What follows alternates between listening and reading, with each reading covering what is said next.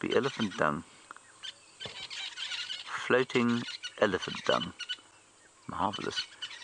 I'm glad we don't have to fish our breakfast out of floating elephant dung.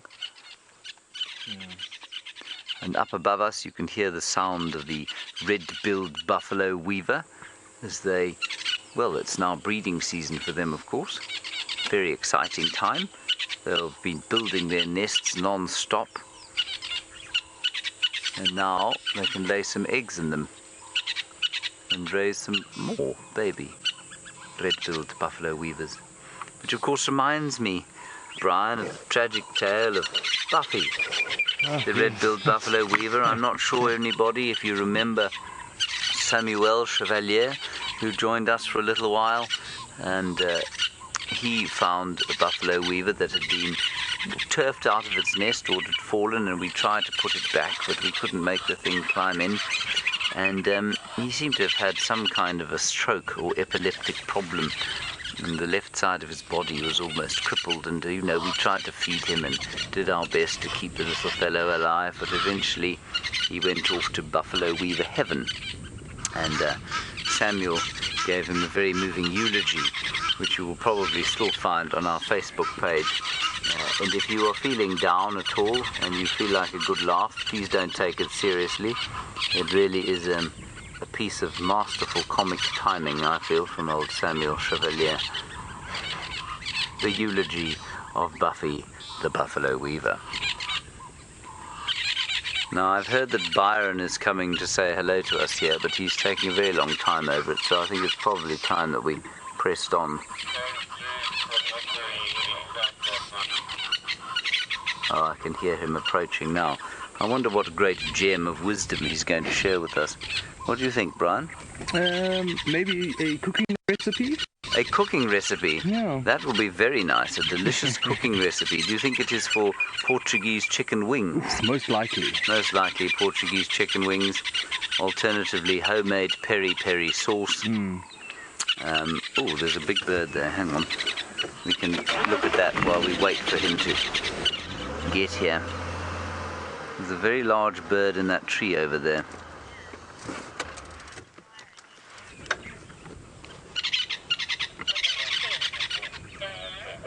Diane, I'm going to decline your very kind offer that Byron and I should do a competition to emulate the bobbing head of the wood sandpiper. Diane, I don't think anybody should be subjected to that. I've no idea what that is.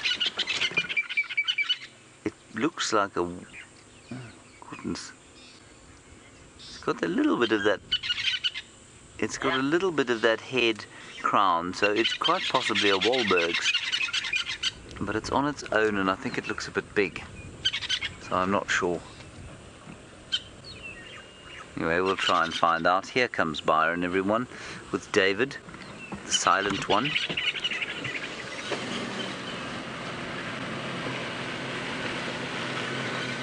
Byron, I've been waiting here for you for hours. What do you want? Morning, James. Morning, Brian. Hello, Byron. Lovely to see Hello, you. Dave. Hello. So David spoke, everyone. To find Anything. Signs of leopard. Yes. So, we had a request about either doing a Impala dance-off or a wood sandpiper dance-off.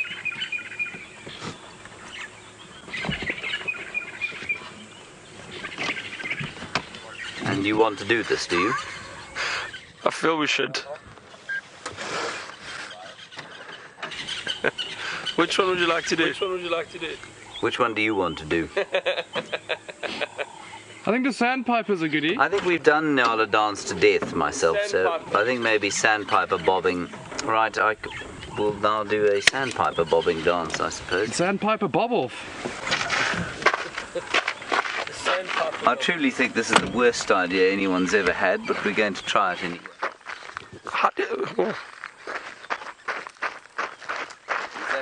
Is that your sandpiper bobble? No. Okay, you go first. Round one, fight!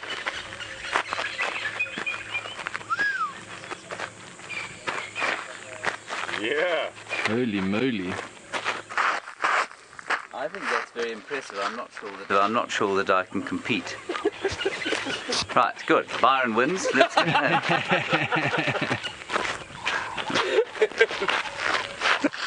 Byron's disadvantage is that he wasn't born with hips that stick out, aka the bubble butt, which I have. There we go.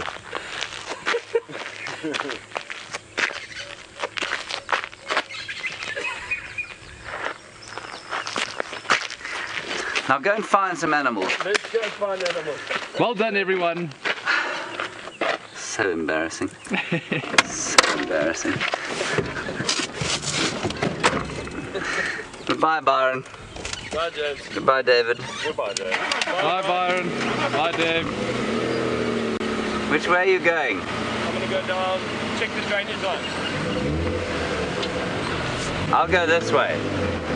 There was a Franklin alarm calling around here. Have a look. Okay, I'll do that. Byron says it was a Franklin alarm calling around here. I hope you all liked your Saturday morning wood sandpiper bob off. I have to say that I had no idea what to do there, and so that's why I made Byron go first. So I was sort of trying to emulate him. Don't tell him that, please.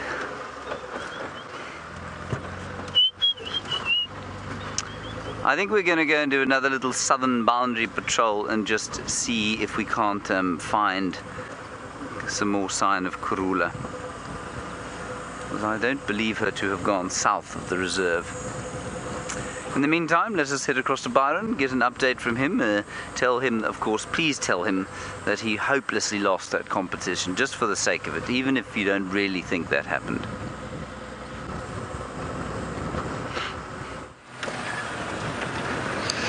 So, fun and games over. Let's start finding some animals, everyone. That was quite funny. I hope you enjoyed it.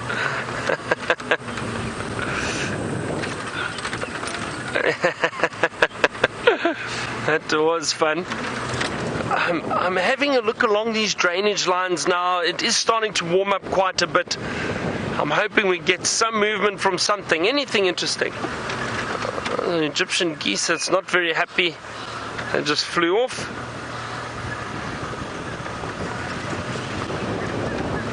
Oh, you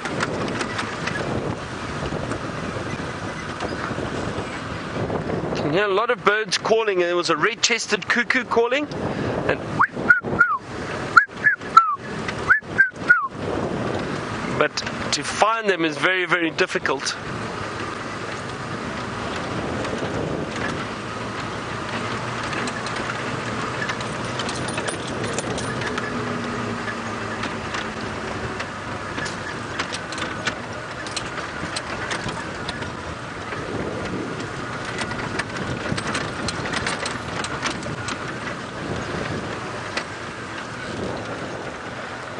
Come on, there's some nice soft sand around here, so I'm hoping if we do see any signs of some leopard tracks, because I do believe that there's a lot more leopard around here than that we actually see, but they are so elusive, and if they don't want to be seen, they're not going to be seen. I mean, those tracks that we had this morning were definitely of a male.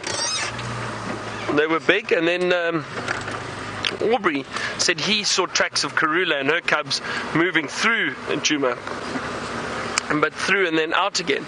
So there's a lot of leopard activity around, but I think that what happens is they move around a lot at night, and when it's much cooler, the heat at the moment, getting into the heat of the day, it's not very pleasant for these big cats to move around. However, they do, and we've seen it with the Nkuhumas, with the lions. They have been very successful in hunting in the afternoons.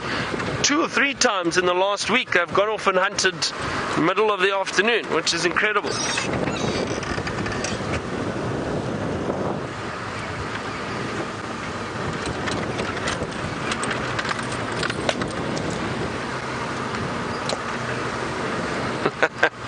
I understand everyone is just still laughing about the dance-off. Oh, what was that little guy?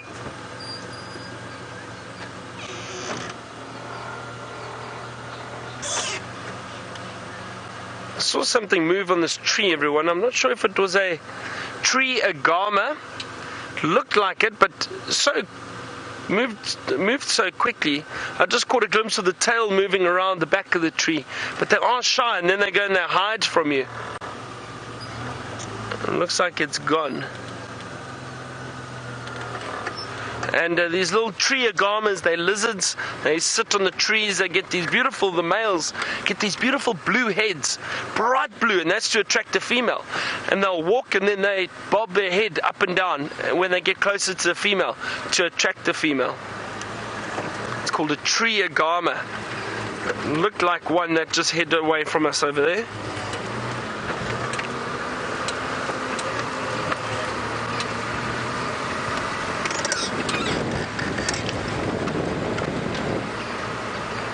Some Franklin's calling.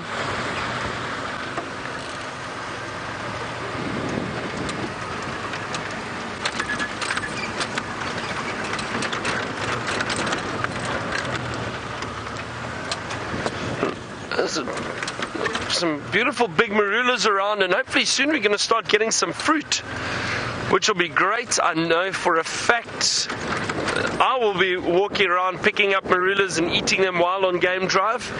Very rich in vitamin C and very tasty. A little bit sour, but very nice. There's another fruit we get out here called a sour plum. The sour plum is a beautiful red fruit about this size, but it is incredibly sour. It's the faces you pull when you bite into something so sour. It's very entertaining.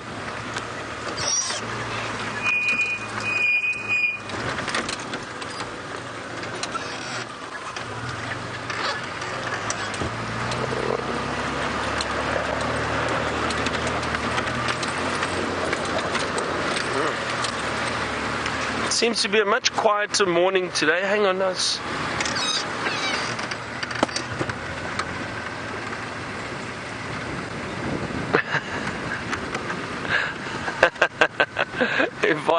Yvonne all the way from Sweden.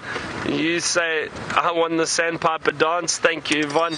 You said there was a rhythm to mine, which is great. Thank you. I saw something flying up. I'm not too sure, everybody. It may have been an owl. I didn't see it very clear. I just caught a glimpse of something flying through this densely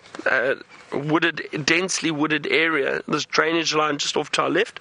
I'm just going to scan here quickly. It would be wonderful to see an owl, but as I said, I did not get a good view of it at all.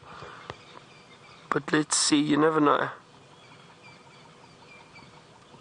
I mentioned it the other day. We were lucky in June while I was here. I managed to find 3 or 4 different giant eagle owls, or Vervet's eagle owls. These beautiful big owls, the largest in this area, get to about that size, the giant eagle owl. And we saw a lot of them along this drainage line. We could hear them calling, and often we found them. But since I've been here, I've not seen one on this trip. So it's interesting. I'm not sure where they would have gone. Possibly down towards the rivers, maybe. But I'm not sure.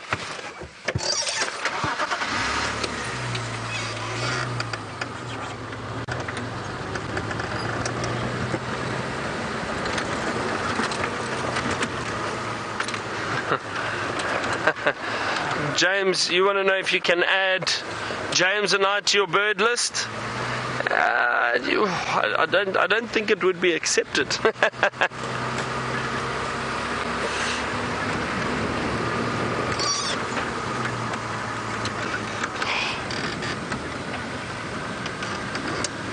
Some birds sitting at the top of the tree over there. What are those?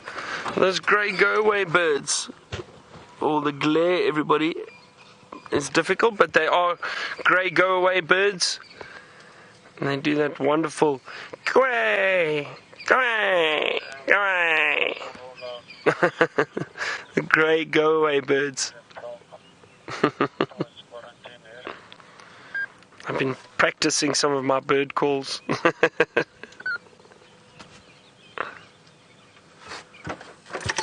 Sure. Oh, it really is starting to warm up, everybody.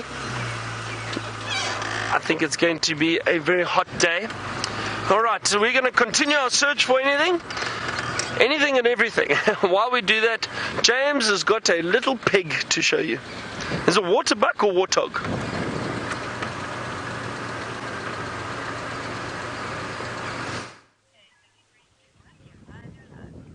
Brian, does that look like a pig to you? I didn't quite understand what was said. No, it doesn't look like a pig to me. I mean, I think No. that's a waterbuck. Yes. Wouldn't you say? Yes. Yes. As indicated by the fact that it's taller, Yes, really, than a warthog. Other than that, they are imminently confusable, of course. One might also confuse it for a donkey. But it isn't a donkey, is it, Brian? No. No, because on a donkey, it would have longer ears. Yeah. Yes. And they don't have round rings on their butts. They don't have round rings on their buttocks. Good, well, I'm glad we've sorted that out. A waterbuck cow, everybody. And there were some impala here, but they've absconded, and in the background, yet another ground hornbill calling. Kudu, kudu, kudu. Again. Brian, of course, is now going to create consternation amongst the ground hornbills of the area. Right, I think that we've eked what we can out of that waterbuck sighting. It's just its bottom now, disappearing. So here's a question for you, everybody. Why is it, and I'm going to think about this myself because I don't know the answer, why is it that waterbuck, I suppose Kudu, to a certain extent, are that greyish-brown colour, whereas Impala and Steenbok are that rich russet red? Surely there must be an optimum colour to be out here, and why isn't everything that optimum colour? Hashtags for live, questions at WildEarthTV, terms and conditions apply, batteries not included.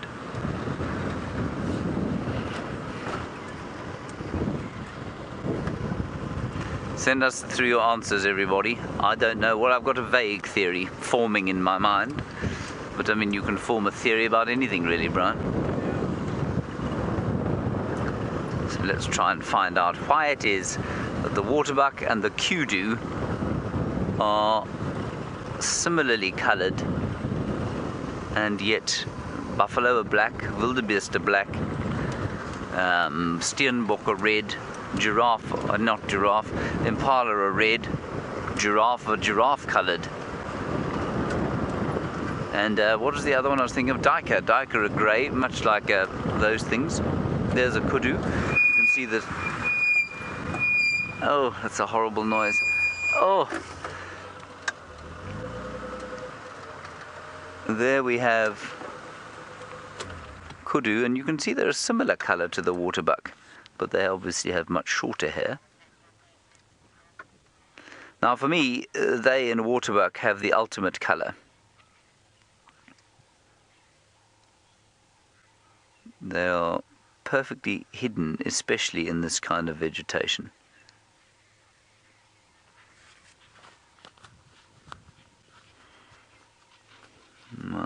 I have another theory forming.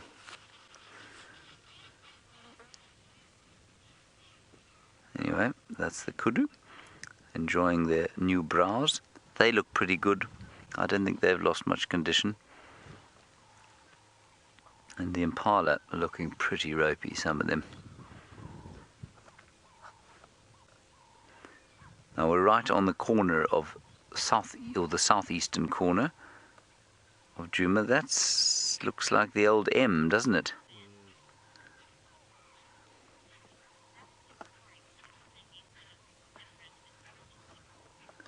Ah, right. Paul, you say that would be boring. Everything needs to be different in order to pick a mate. I'm not sure that would be the real answer, but we'll go with it for now as the only theory put forward. Thank you, Paul. Yeah, that's looks pretty mangy, doesn't it?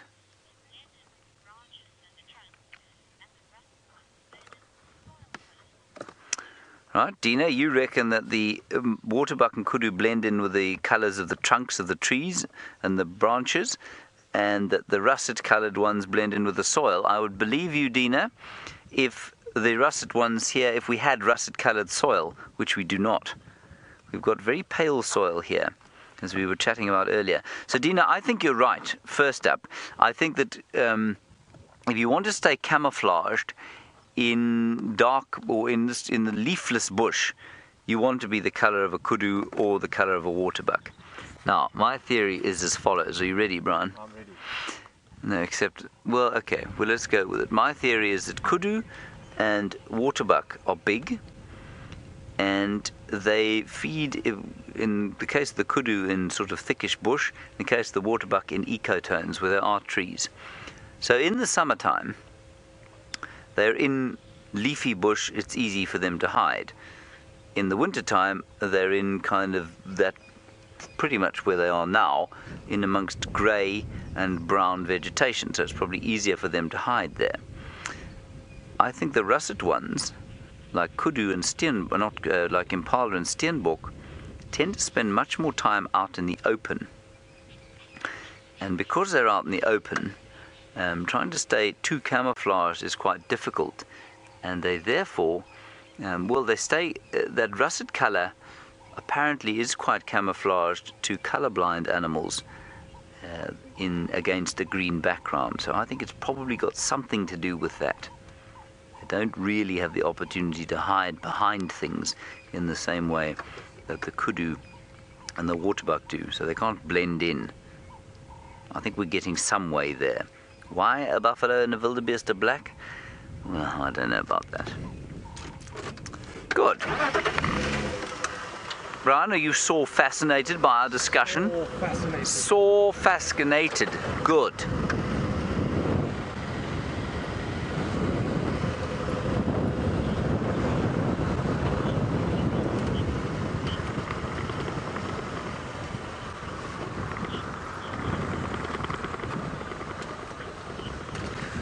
Oh, that's a very interesting one. Hello, Jane.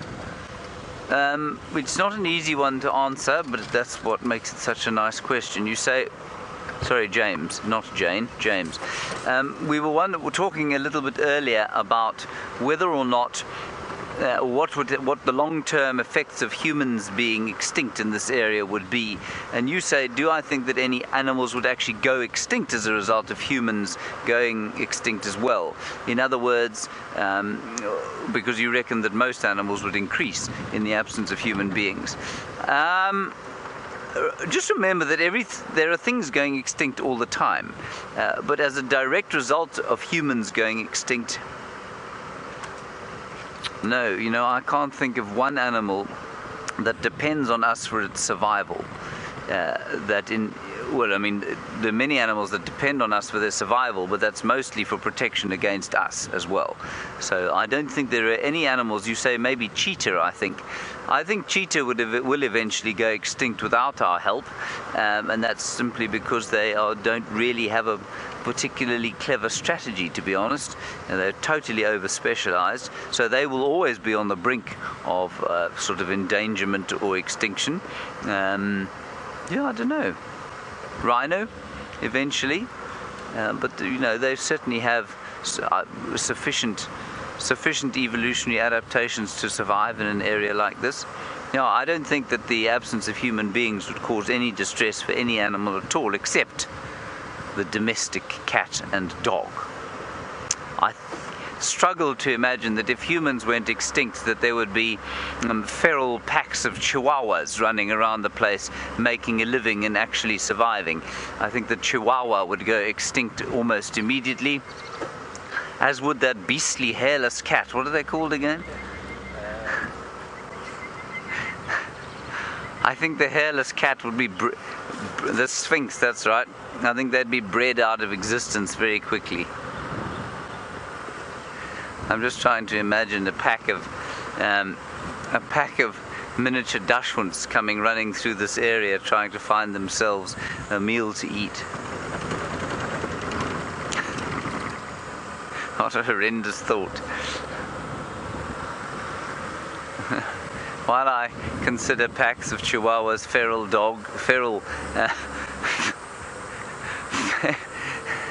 feral miniature Dachshund and feral Yorkshire Terriers coming through this area, let's head across to Byron and find out. I think he's heading towards some Karula tracks.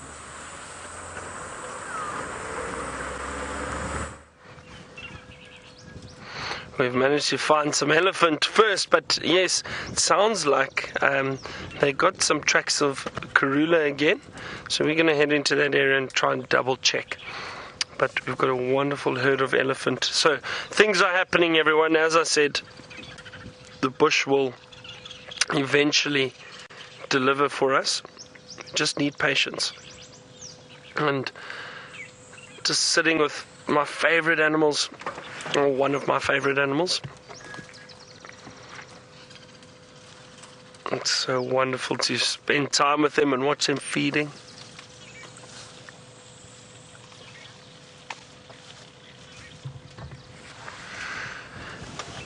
Aaron, you want to know how well elephants adapt to extreme conditions, and very well, Aaron. They, if you think of the distribution of African elephant throughout Africa, and there's a subspecies of forest elephant in parts of, I think in the Congo, if I'm not mistaken, too. So they're slightly different, but bigger.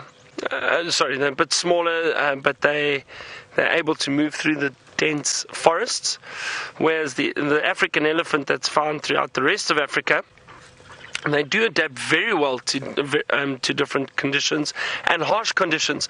We have the desert elephants up in Namibia. They move through areas where there's very little vegetation and very little water, but they have adapted to survive in those conditions. And even here, when we've had that serious drought, the animals, or these elephant rather, are still able to find food and water. They'll go and dig up little areas in dry riverbeds, and they'll get to water very, very quickly. And so they do adapt extremely well. It's fascinating to see. Really, really intelligent animals. Have a look off to our right, everybody. Just this little baby, very close to us. Oh, look at that.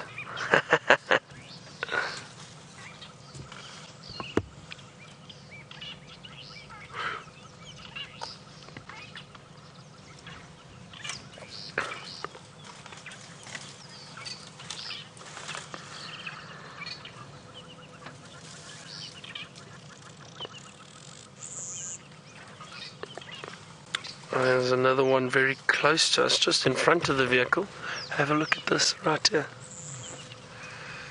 Kristen, you want to know if there's any inbreeding with elephant, or if they breed outside of the herds. So, Kristen, let's just see what happens here. Hello.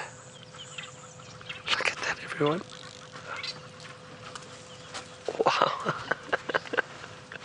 Right next to us.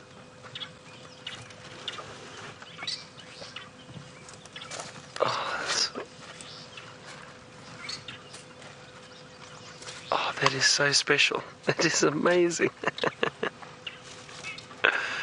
That really is wonderful. So, Kristen, getting back to your question, what happens in the elephant herds is it's not usually breeding within the herd that occurs. You have these big dominant bulls which move around, and they'll wait for herds to pass by or find herds, and they will then come in and mate. So the chances of inbreeding within a herd are very slim, and I've actually never heard of it happening. You'll always get some big dominant males that come in from outside to mate with the females in the herd. Look how clever this elephant is, using its tusks to move the trees so it can get to this green grass underneath. Look how it wraps its trunk around and will then break the grass. Amazing. And look at that, you see? And what it's doing there is it's actually just shaking the grass. Once you get the dust off of it, Watch it. You look at that. Get the sand off.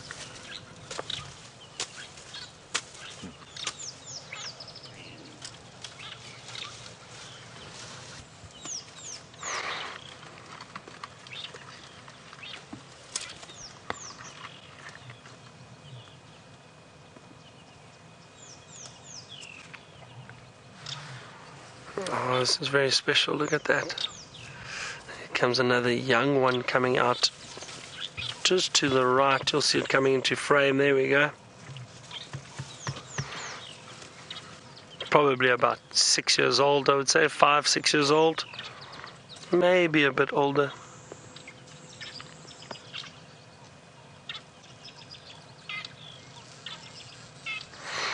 Alright, we're going to continue on our search for leopards. His elephant seems to be moving off. While I do that, James has got something very small on the ground that he'd like to show you.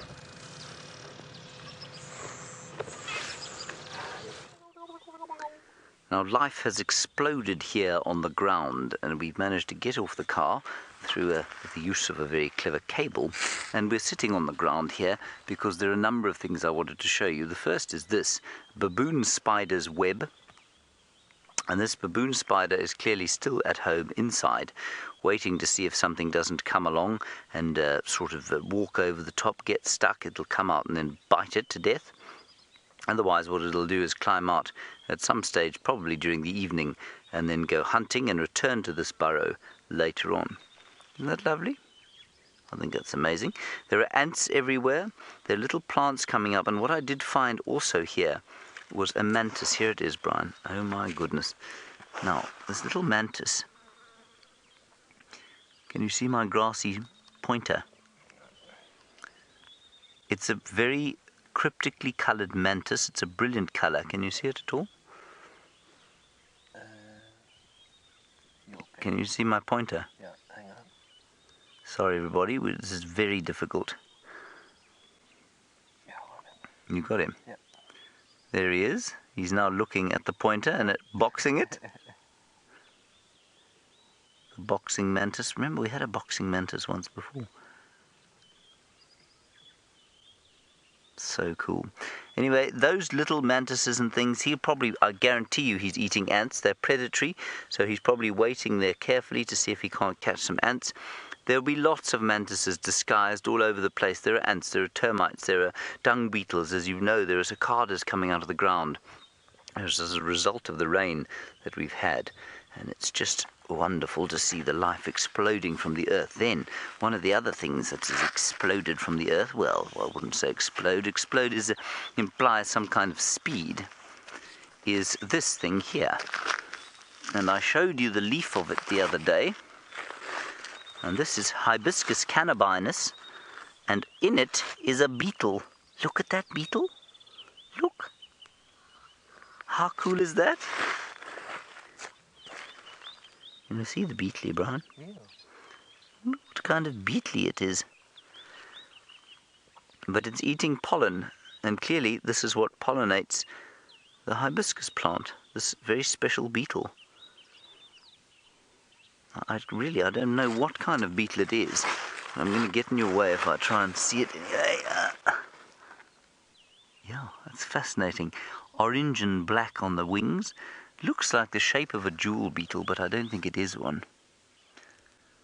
And its face is now covered in its breakfast. That's how my brother used to eat ice creams. In fact, he still does. Stunning. Isn't that cool? That really is rather amazing. Huh. So all of these hibiscuses will now start to pop up out the ground. We're waiting for the first lily. I have seen one lily, but it wasn't quite open yet, somewhere around Twin Dams.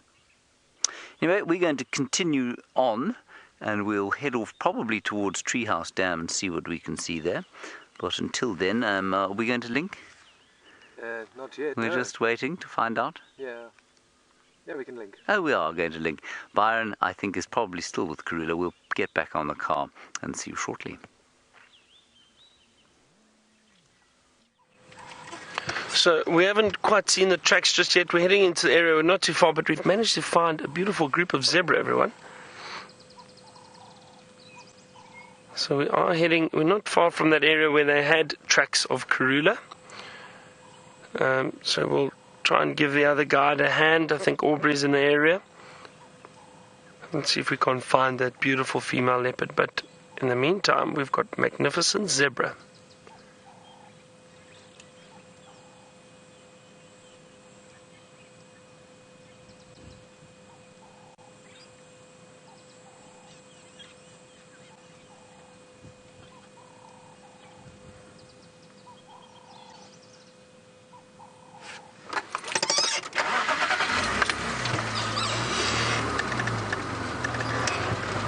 Off they go. A dazzle of zebra. That's what a group of zebra are known as. I know some of you do enjoy the collective nouns that we use for some of the animals. And it's known as a dazzle of zebra. And the dazzle have disappeared.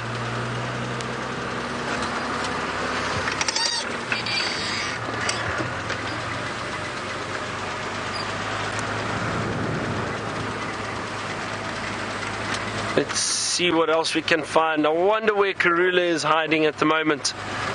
Must be in this area somewhere.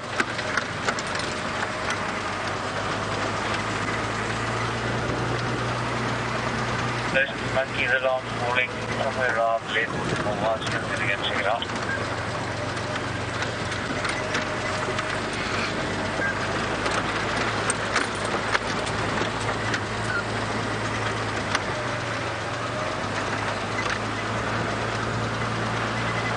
James, you wanted to know if we have African wildcats coming around the camp at night.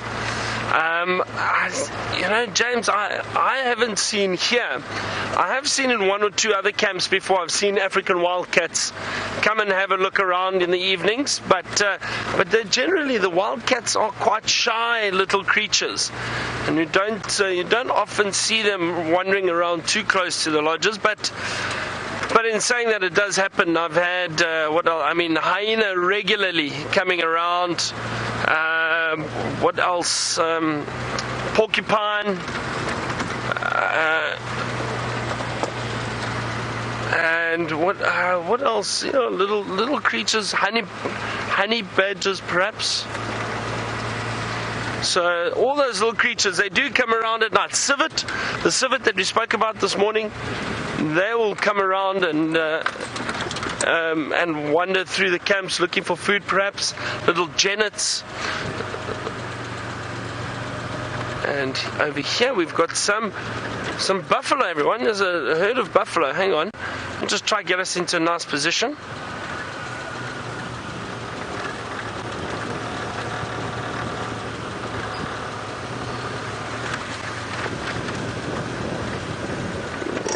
Go. What about through there? Is that okay? Can see all the buffalo around, everyone? Oh, nice.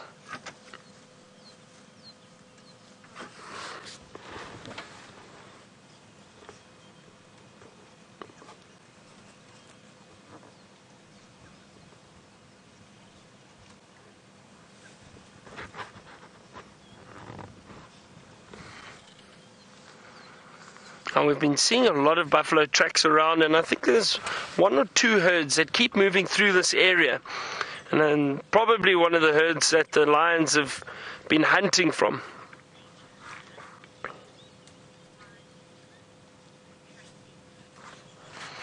Tracy in New York, you wanted to know, are there any solutions that the animals use in nature to ward off flies or keep flies away? So Tracy, usually what happens is all these trees I think we've lost audio, everyone. I'm not sure if are you good on my... Okay, so Dave can still hear me. Oh dear. Okay. So Tracy, you want to know how the animals keep flies off of them. So a lot of the animals have got long tails, and they'll constantly flick their tails around and keep flies off them that way. Otherwise, some of the zebra, for example, the zebra have got a great technique. What they do is they stand head to tail, and while they're facing opposite directions, they'll flick their tails around, keep the flies away and that from their faces. Other animals will go and roll in mud and mud wallow and dust bathe. All of that also helps keep flies and ticks off of them. So there are different techniques, but those would probably be the most common and ones that we see happening on a regular basis. These animals go and roll around in the sand, in the dust, or they'll go and wallow in the mud or splash mud on themselves, and then also just the tails flicking constantly backwards and forwards, trying to chase the flies away.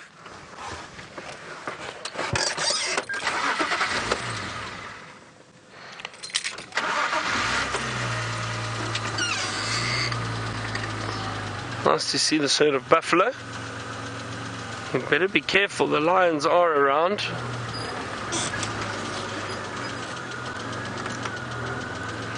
Now, this is an interesting little tree I'd like to show you. Just getting back to that question about the flies. Hang on, I'll just see if I can get...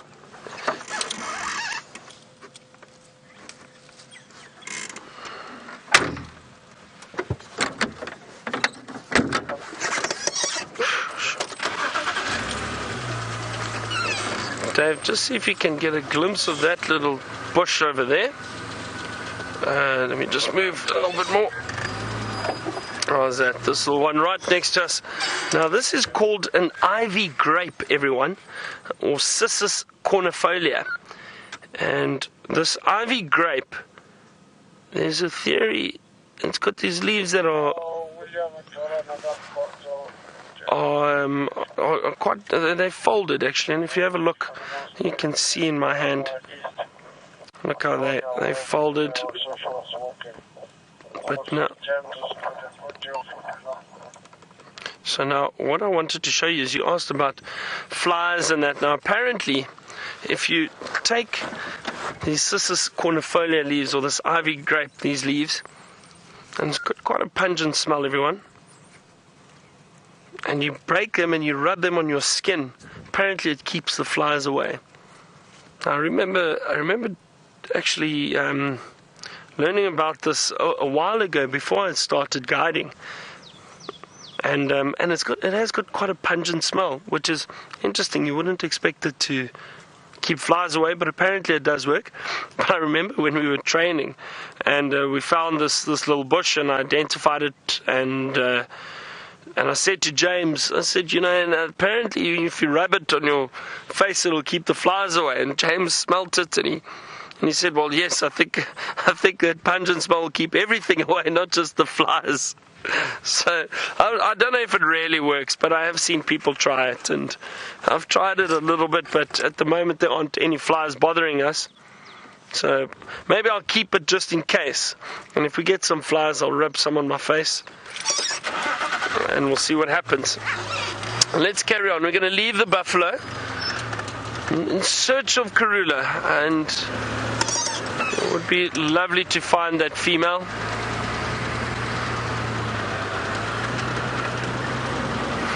Alright, we're going to continue searching, and while I do, let's head back to James for an update and see what he's got.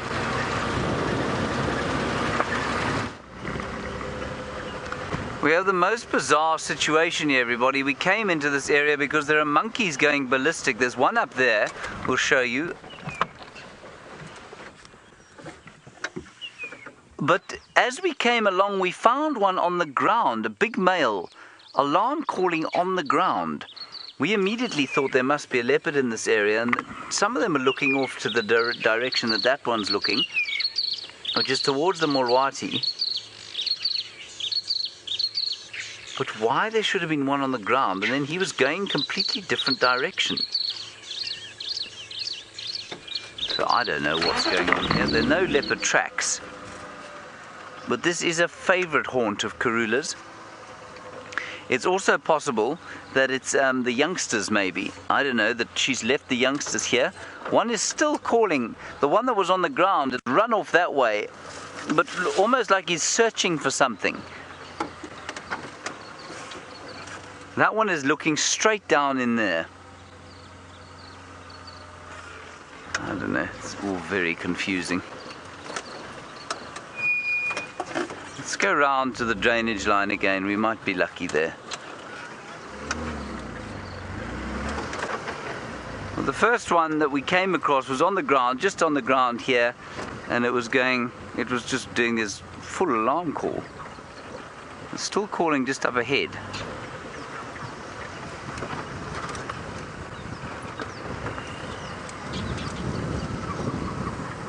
It's going crazy around here actually.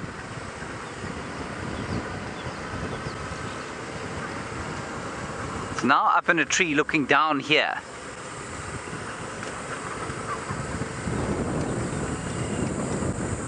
I'm not going to try and show it to you, I'm just going to move a little bit in case you know, whatever it is I think is moving.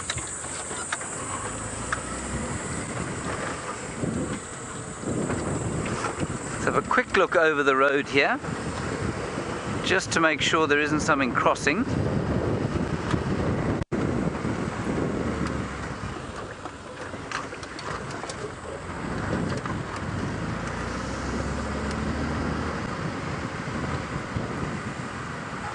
It's up in those tall trees there. Scan the ground here. This is round about where Karula left the youngsters.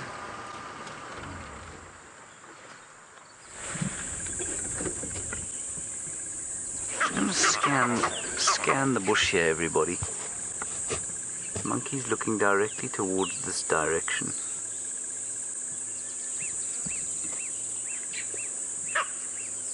This is very strange.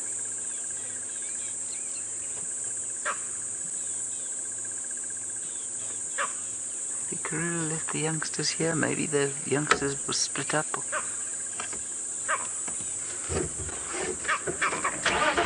Maybe Tingana's come back. Maybe there's a snake that's eaten a little one already. And that monkey is very, very cross. It's not happy at all. Let's go back towards it. I mean, there really is nothing obvious going on here, though.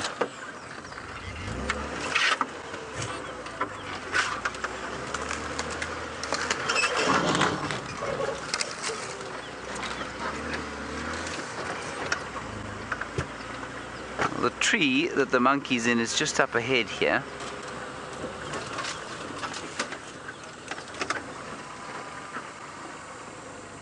There. See there? Brian, up in the second tree there. Aubrey's just calling on the radio. Go ahead, Orbs.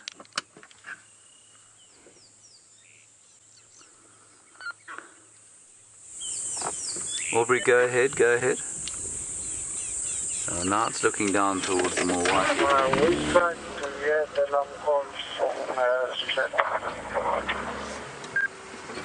Orbs, I've got them here pretty much just to the north of the junction with Leadwood Road. They're looking down towards the Mulwati, but they're calling from 2 or 3 different places.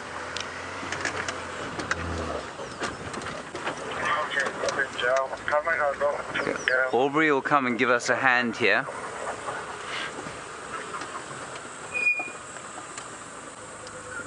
I don't know. I mean, they are not happy, these things.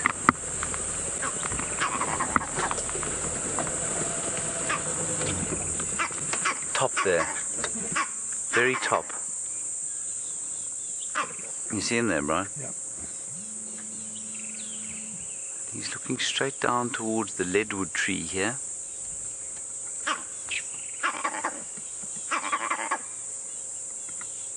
That's the one we saw on the ground, everyone. He was making that noise right next to us. Of course, the longer we wait, the less chance there is that we'll see. Yeah, I think we need to go and head towards the junction of the Umluamati. They do have excellent eyes. As Brian and I discovered once, when we were out here, and they started calling roughly the same place. We found quarantine, what, Brian, 400 meters from where they were calling? Yeah. And it wasn't like he was moving. He was completely static on a termite mound, but they'd spotted him from a huge distance away.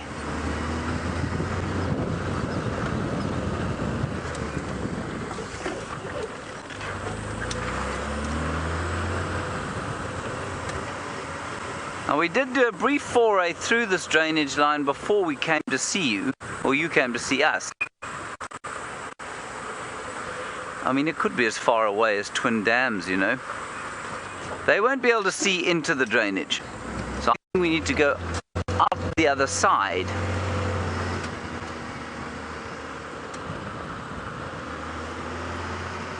This is where we found Karula and cubs the other day, thanks to the guinea fowl that was shouting at them.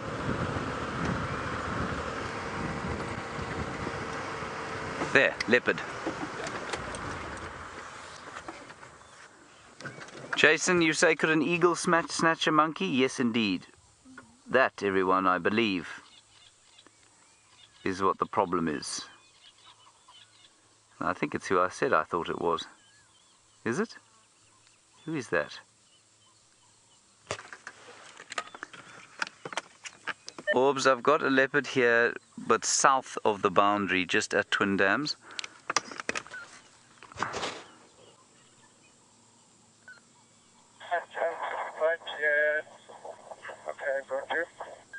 Yeah, it looks like Karula. Would you agree, Brian?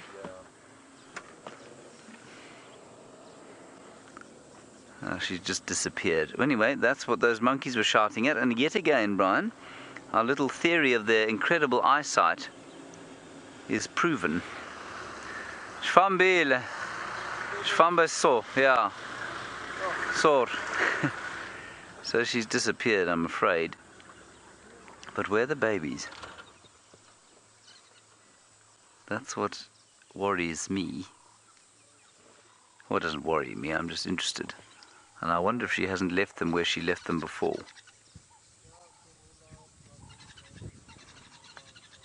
Oh, what a pity. They can still see her. They're still calling, those monkeys.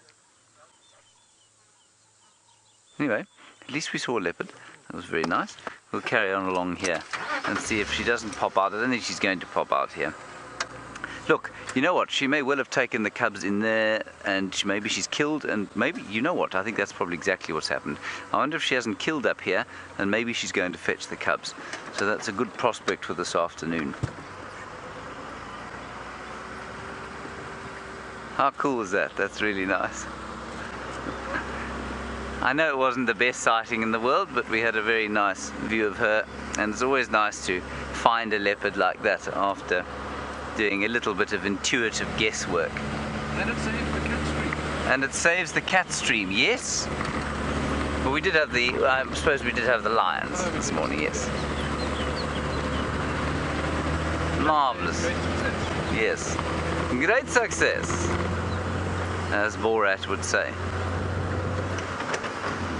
Right, we'll head towards Treehouse Dam now. She's gone down in there, and I suspect it's to fetch the cubs.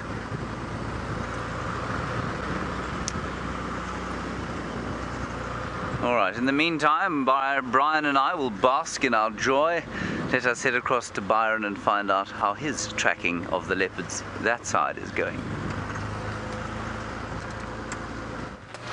Wow, that's amazing, James. Well done. I'm so glad you got to see a leopard, even though it was a brief glimpse. That is incredible. That really is great. We've seen the tracks of Karula, and I'm not sure if that was a leopard that you saw. I don't know. I don't think so. I mean, because just judging by where we've got tracks of this female now, I think she's possibly still in this block somewhere.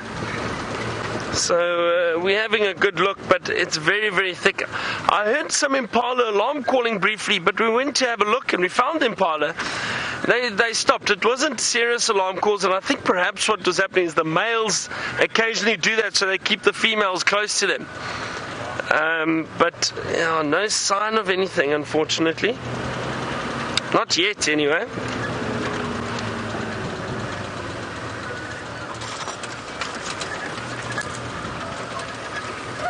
Lauren, you want to know if there are any black leopards close to here? Lauren, not that I know of. I'm trying to think. No, I haven't heard of black leopards being seen in the Kruger at all. But in an area known as Leidenberg, which is probably, from here, it's probably a 2-hour drive, I would say. Leidenberg, 1.5 to 2 hour drive from here, directly west. So you actually have to go through the Drakensberg mountain range or over the Drakensberg mountain range, and there's a small little town, and there the mountains within that area, apparently that's where black leopards have been seen. I've never seen one before, but apparently they do occur in that area.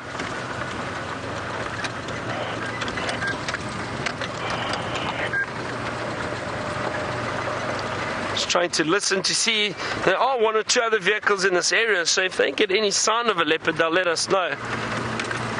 But we have not seen anything yet. It goes back to what I was saying earlier, everyone. I'm sure there's more than one, guaranteed there's more than one leopard moving through these areas. It's just a case of finding them. And there's definitely been a few tracks around. We had tracks of a male this morning.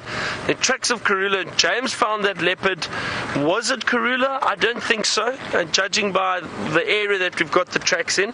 But I could be wrong, because they do move around a lot, and they do move through different areas very, very quickly. But it is interesting and it is exciting because we don't know. Unless you get a confirmed sighting where we can say, right, this is this leopard, or find the different leopards in the different areas.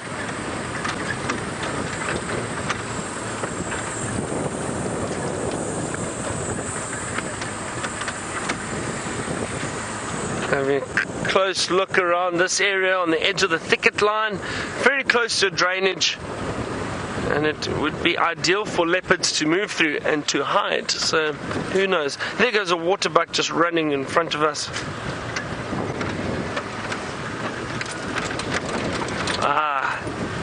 Warthogs. Sorry, the brakes are making noise, and off they go. A little bit shy this morning, the Warthogs, and they move very, very quickly.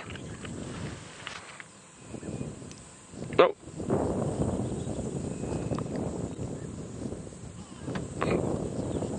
Look at that.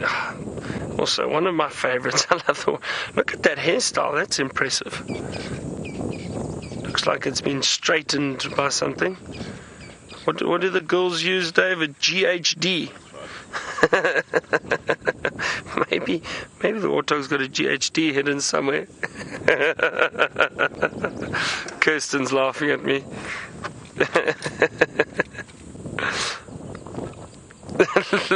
Look at that. That is a fantastic hairstyle blowing in the wind. Isn't that great?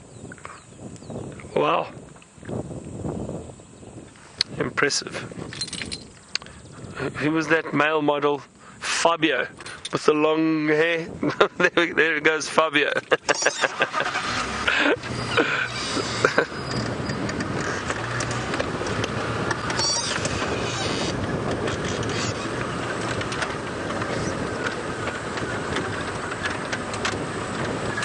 Kirsten is giving me a fact, but I'd hate to admit it, but I actually knew this.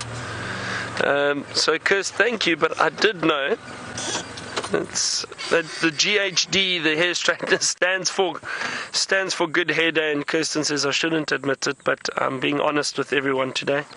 So I did know that. Look at these beautiful waterbuck. Those are impressive males, everyone. Look at those horns. Really wide, curved horns. These are very big males.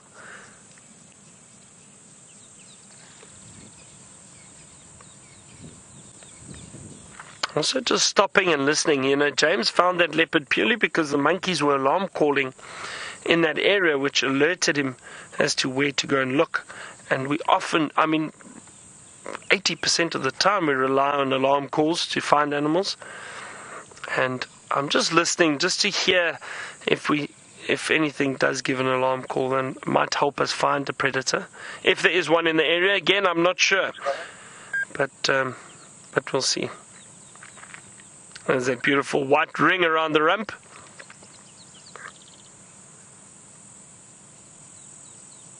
And the theory is that it is one of the following mechanisms for them to follow each other away from danger.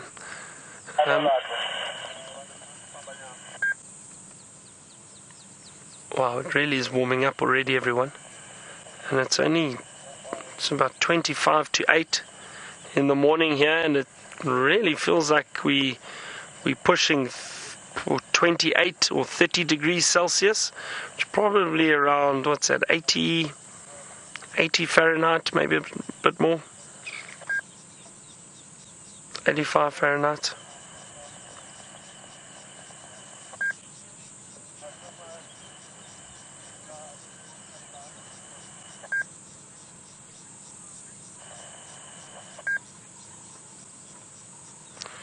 Jane, you wanted to know why the other waterbuck species, the one that we found, I think it's Central Africa, if I'm not mistaken. They've got a different following mechanism. Now, I don't unfortunately have a mammals book of Africa. I've only got Southern Africa. I'm not sure why the following mechanism is different, but it's different subspecies, different markings. It's just like every other antelope. It's got different following mechanisms or bright white markings on the rump. But there are theories, and we've discussed it a few times in length with some other guides. And is it really a startle following mechanism? Is it there to say, follow me, let's get out of danger, I know where to go? Or is it a case where they just become alerted and they flash this white to possibly confuse the predator? I don't know, because some antelope have the white under the tail, some have it just marked on the rump. They are all theories, and I say that because nothing's actually been scientifically proven, and it's interesting because then we get to have these conversations and we get to try and work out why are these markings there. Is it for this reason, or is it for something else perhaps? So it is interesting, and it is something that we discuss on a regular basis, and I don't think there's a right answer, but I do believe that the markings around the rump the white markings around the rump or under the tail are there to an extent for them to follow each other out of danger. They flash this white, and then they're able to see where each other run and possibly keep the group together. Safety in numbers might be easier to keep the predators at bay. So I think there is something to that theory, some bit of truth. But it's an interesting topic because, like I said, we've discussed it in length many times, and who knows what the right answer is.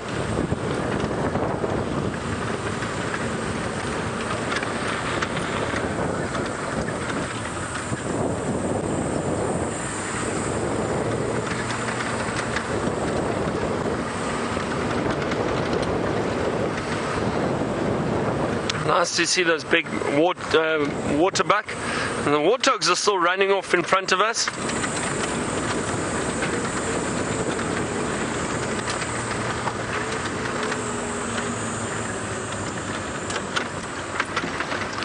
So, Dog Tranquility, you would like to know why the warthogs, and they're actually right here, why the warthogs put their tails up when they run. Look at that, feeding, wonderful. So, why the warthogs put their tails up when they run is because, if you have a look, their skin is very, very, very tight around that body. And when they run, and they run at really, they run very, very quickly. And when they're running, their eyes start to water, so they clench their eyes closed when they're running so fast. And when they do that, because the skin is so tight, it causes the tail to stand up. I am obviously joking, everybody. I'm joking. It's not the reason. Dave, is that the first time you heard that? Yeah. Okay, no, that is a joke, everyone. That is not the reason. what happens is generally it is also a following mechanism. So as they run, their tail pops up so that they can follow each other through long grass. That is the theory behind why the tail rises as soon as they start running.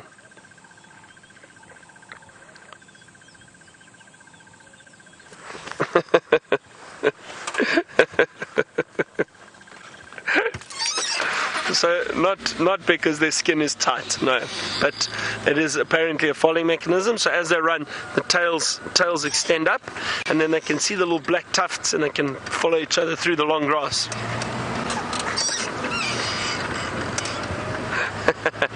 All right, we're going to continue our search around this drainage line, see what we can find. James has got some beefalo that he'd like to show you.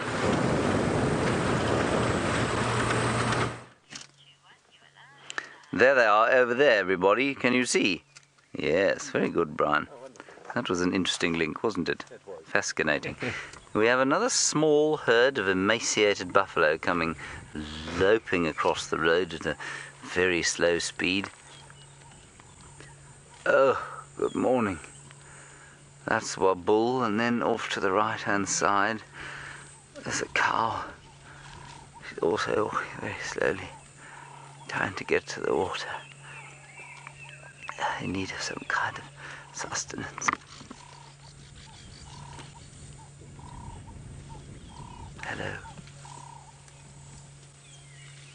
I am astounded at how badly the buffalo are doing. And this is post that first rain, you know. This is a long-term effect they're feeling. It is why they are being smashed to smithereens by the lions. They are weak.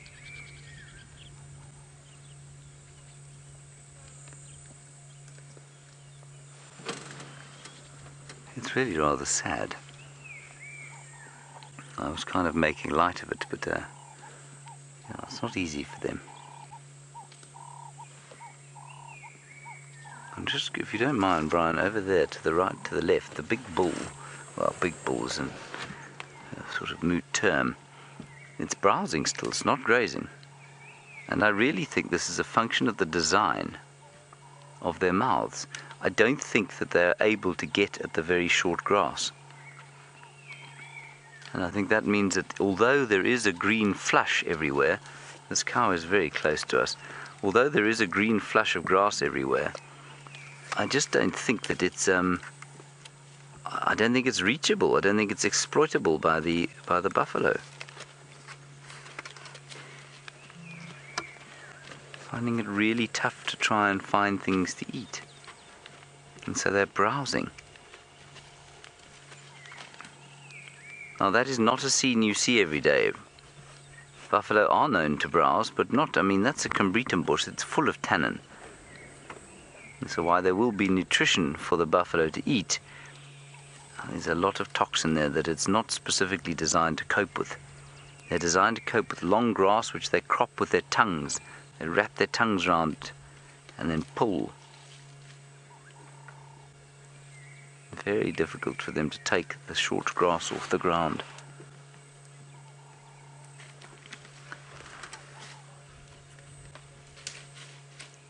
There we go. I mean, they really do look miserable, walking very slowly. They never look particularly cheerful, mind. Let's see him eating on his tree there.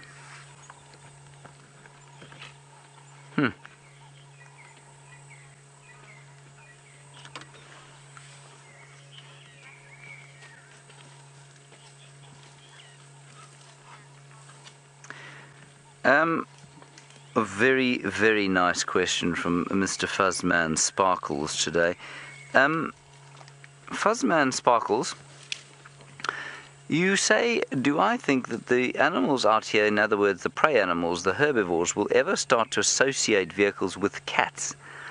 And my answer to you is, I suppose they would. If we only ever spent time with cats, then yes, I think they would. They would make that association. And if they were constantly killed around the vehicles, in other words, if every time they were killed, there was a vehicle nearby, I absolutely think that they would make that association. But I think that we are not with the cats all the time, A, and B, I'm just listening to the radio quickly. There, yes, just an update on Karula, who is still south. And so I just, I think we spend enough time with them not around cats for them not to associate us with cats. Very good question. I certainly think they have the capability, though, of working something like that out. Right, on we go.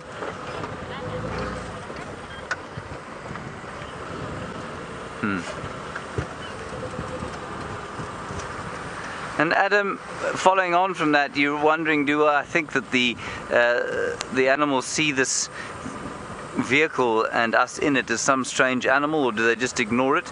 They don't just ignore it all the time. They have to get used to it. They have to get acclimatized to it. So they don't ignore us completely.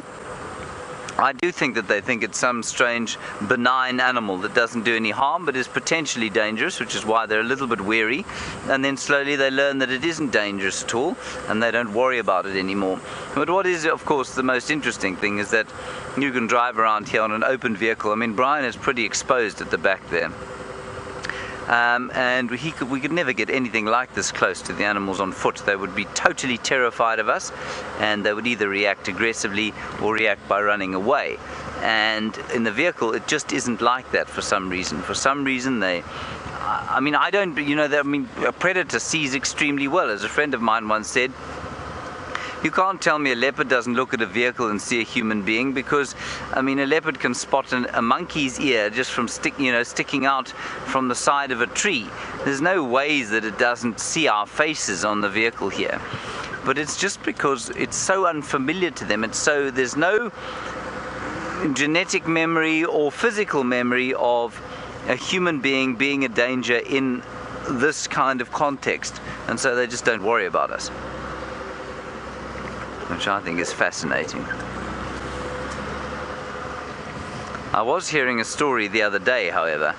Steph told me a story about a leopard who managed to hurt or injure 15 people.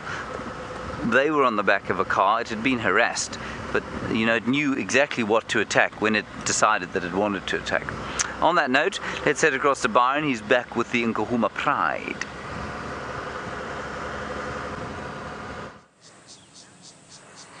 After that story that James told you, I gave up leopard tracking because I got too scared. So we've come to the lions. The lions have moved down into the shade, everyone. And it's so nice to see all of them again, all the little cubs. No, so unfortunately, no further sign of any leopards around. It's getting quite hot, so I think chances of finding a leopard moving around now are quite slim. But you never know, there could still be something that pops up. Oh, look at those cubs cleaning themselves, enjoying the shade. Looks like that looks almost like it's got its paws interlinked.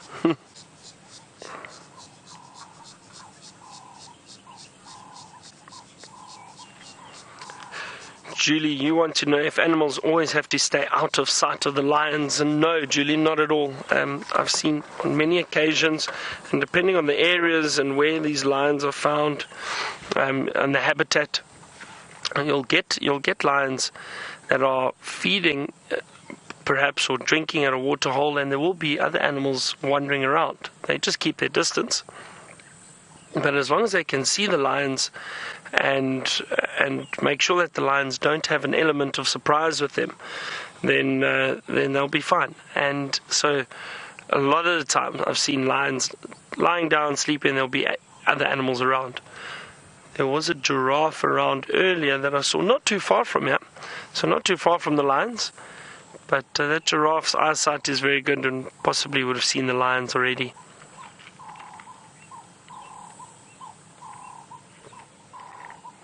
Wonderful Cape turtle dove calling. Work harder, work harder. Oh, that's lovely. Look at the pride. Very relaxed, enjoying that cool sand. And it's so interesting, everyone. We found these lions now. We've been so fortunate. We've found them every day. I think we're almost on day 60, 59 or somewhere around there of big cats, which is incredible. But now these lions, the last week or so, we've had some overcast, cool mornings, and we've had some really hot mornings like this morning. And we've seen how the behavior changes. So we've seen these lions lying out in the open, completely in the open at 9 o'clock in the morning because there's no sun and it's not too warm. But now, much, much earlier, and these lions have been down here for a while, probably an hour already, because it has become so hot and so warm already. So they prefer to move down into the shade, into this drainage line, which is a really, really nice area for them, and they'll rest here during the course of the day, and then eventually move on a little bit later, possibly try and hunt again tonight. But we know that these lions have been feeding on buffalo just about every day. They've been very successful.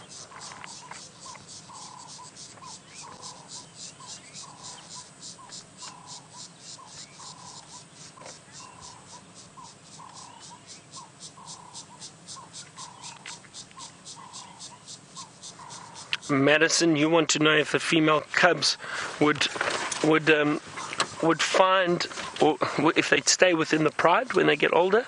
They will definitely stay within the pride, Madison. The female cubs stay within the pride, and that just increases the size of the pride. It's highly unlikely that they would move off and go and find another pride that they join. That wouldn't happen because, for one thing, the other lionesses will act aggressively towards them, probably attack them. So they'll stay within this pride. I have seen, however, Madison, I've seen lions when new males come into an area. I've seen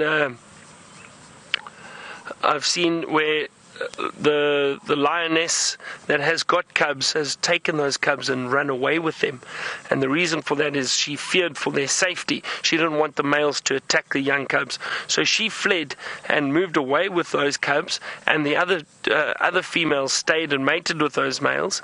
And a year and a half later, those lions and the cubs actually returned and tried to move back into that pride, and there was so much aggressive behavior between those lions, they didn't allow those cubs back into the pride, which was interesting. So those lions actually then formed their own pride. There were just 4 of them, and those 4 lionesses formed their own pride, and they are very successful, and they're on Londolozi at the moment. They are known as the Mungen pride. Those of you who do follow the lions within the Sabi Sands, that Mungen pride was actually part of the Salala pride, and those 4 females, young females with the oldest adult female, they ran away and moved to the west and eventually set up a territory of their own, and they now have their own cubs. Those 4 females, they've done very, very well. So they have been around the Mungen pride. They've grown quite a bit. But that happened in 2010, which is very interesting. So it can happen that they'll split off and possibly or form their own pride or start their own pride, but chances of them going and joining another pride are highly, highly unlikely, especially females. Usually what happens is the females will just grow up within the pride and stay within the pride.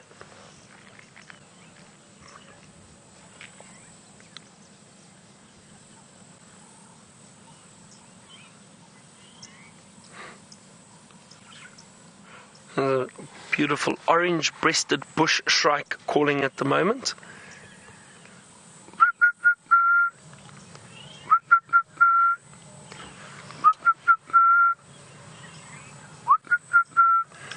That's the orange-breasted bush shrike. Now, Kirsten says it looks like there might be some elephant. Oh, right, yeah, there we go. It is very scary how we have these eyes all over the show watching us. But look at this wonderful scene, everyone. The impala drinking, the elephant right next to us, and then we've got these lions off to our right. And look how the impala have scattered, because the elephants often don't like sharing the water holes, so they'll chase other animals. Oh, this is beautiful.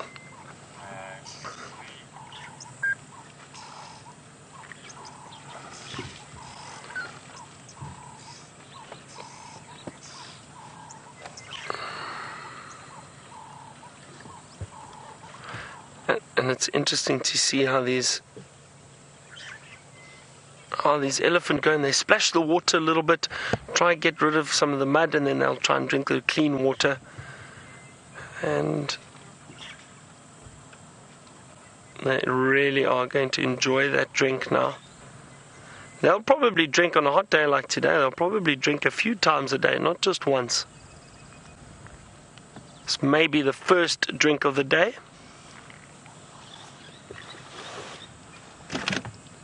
And all the Impala down surrounding them. Oh, what a fantastic way to end, isn't this? Just beautiful, lovely scene. And we have the hippo just in the foreground, also in the dam. There's the hippo. He's watching the elephant.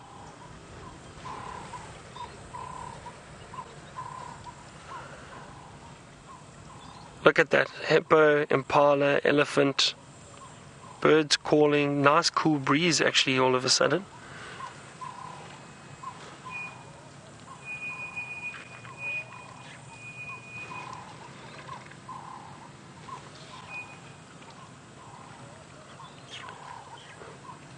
I'm going to move forward slightly, just quickly, because James is trying to sneak up behind me, but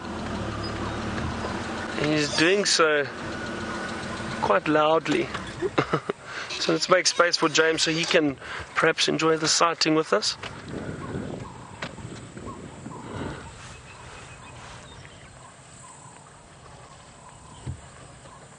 Oh, look at that. It'll be interesting to see how that young elephant reacts to those impala off to the left. Just watch, see the ears open. And these youngsters are, you know, they're learning all the time. So so watch, there we go. That little one, just a flick of the trunk. And chasing the impala, going, this is my waterhole.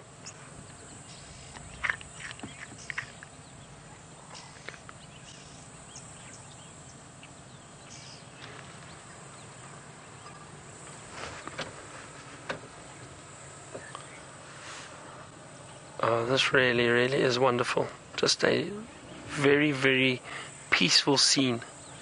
And to think there are lions just behind us, everyone. On the other side, they're still lying down there.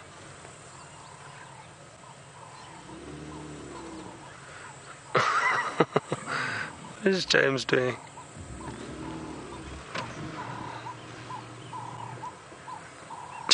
James is trying to do a 62-point turn on the dam wall. he's now turned around. And there go the Ellies.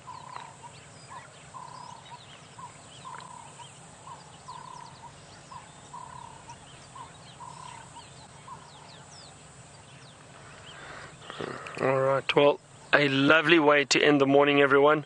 No luck with the leopard, but that's how it goes sometimes. We'll try again this afternoon on our sunset safari. And a big thank you to all our viewers. I am going to bid you farewell for the day. I hope you have a wonderful day or evening wherever you are. So thank you very much. Thank you to Dave on camera with me this morning. And let's head back to James, find out what he was doing behind me. Goodbye, everyone.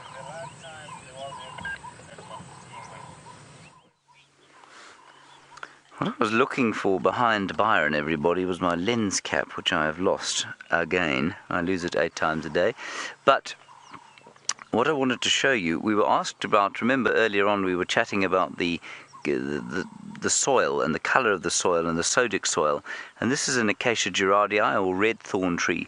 And if you see them, you can be fairly sure that what you've got is sodic soil. You can see the pale soil here. And then for the last 2 minutes of our drive, I know Byron was looking at those elephants, but they've moved off towards the pan where there is some cleaner water for them. So let's go and have a look at them there. There they are, very comfortably drinking.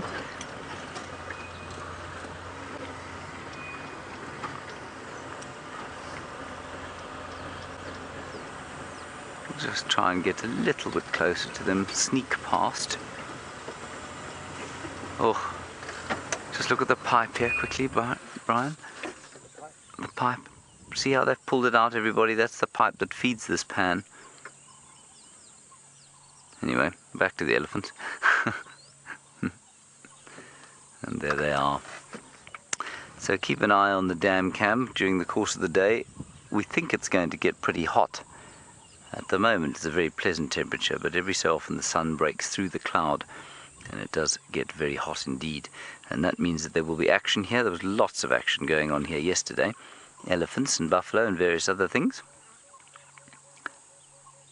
And now maybe this little herd will walk past us. Anyway, while we wait for that to happen, as these elephants come to bid you all a fond farewell, I hope you had a wonderful drive. We really did see some pretty good stuff, didn't we? Some interesting banter, that ridiculous dance we did. Thank you, Brian. Thank you, Jay. Thank you to Byron and to David and to Kirsten Max Smith and Louise Pavid in the final control, and mostly, of course, to all of you from home. We'll see you later at 4 o'clock this afternoon, so stay safe and happy until then. Bye-bye.